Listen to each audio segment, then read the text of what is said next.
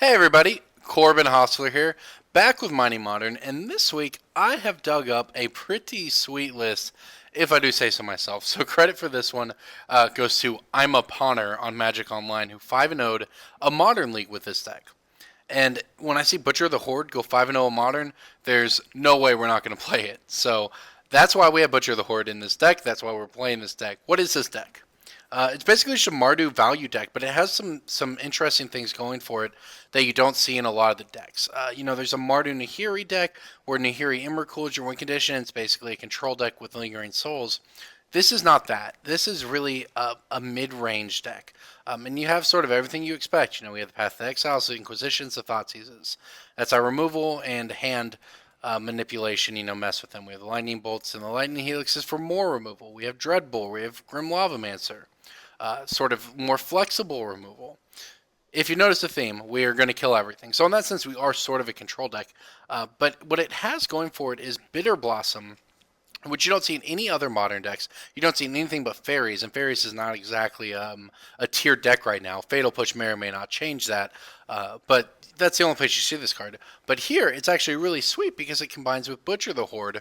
As a 4-drop, you can eat your tokens from either the Lingering Souls or the Bitter Blossom, give your 5/4 haste, lifelink, vigilance. You can just do so much with Butcher the Horde in this deck. And in worst case scenario, you're killing everything and just, getting in with Bitter Blossom. 1k command for value, and then basic lands. We get to play Shambling Vent in this list, which is lifelink, which is very important when you're Thoughtseizing and Bitter Blossoming yourself. Vault of the Archangel, another great one with tokens. You can give lifelink and Death Touch to your creatures, which is very important. And of course, the Lightning Helixes do a lot of work gaining life as well. So, that's the deck, straightforward, but sweet. Butcher the Horde. Now looking over the sideboard, sort of what you expect. We have Rest in Pieces for Dredge. Again, after the bannings take place, maybe you don't need as much there, but for now we have them. Sony Silence for Affinity, Zealous Persecution for the Creature Mirrors, obviously, Elves, Noble Hierarch decks, etc. Timely Reinforcements for Burn. Blood Moon for Tron, or wherever else, Anger of the Gods for Dredge, and of course any creature deck where you want to swoop away their stuff, because all of your creatures are very resilient, Abbott gets you value when it comes into play, Bitter Blossom makes a bunch of tokens, whatever, Lingering Souls makes a bunch of tokens, so Anger, not necessarily that bad for your deck, and it doesn't kill Butcher the Horde. Rounding out with Hide and Seek. Now this is a really sweet one. Now I copied this list exactly.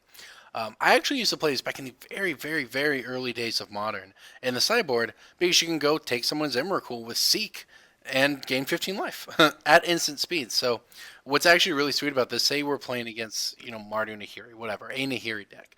They -8 their Nahiri. They're like, oh, they can go get their Emrakul there in the game. In response, we search their library for their one Emrakul, exile it, gain 15 life, their Nahiri's down. It's really sweet. Plus, hey, we can put a Phyrexian on life on the bottom of someone's library, that sort of thing. Obviously, you can board it in against Affinity if you really want. It has a lot of flexibility in this card, so it's actually kind of a fun one. Plus, it can be very good. So that's the deck, Butcher of the Horde. We're gonna go to town with it and see exactly what we can do with Butcher of the Horde. So here goes.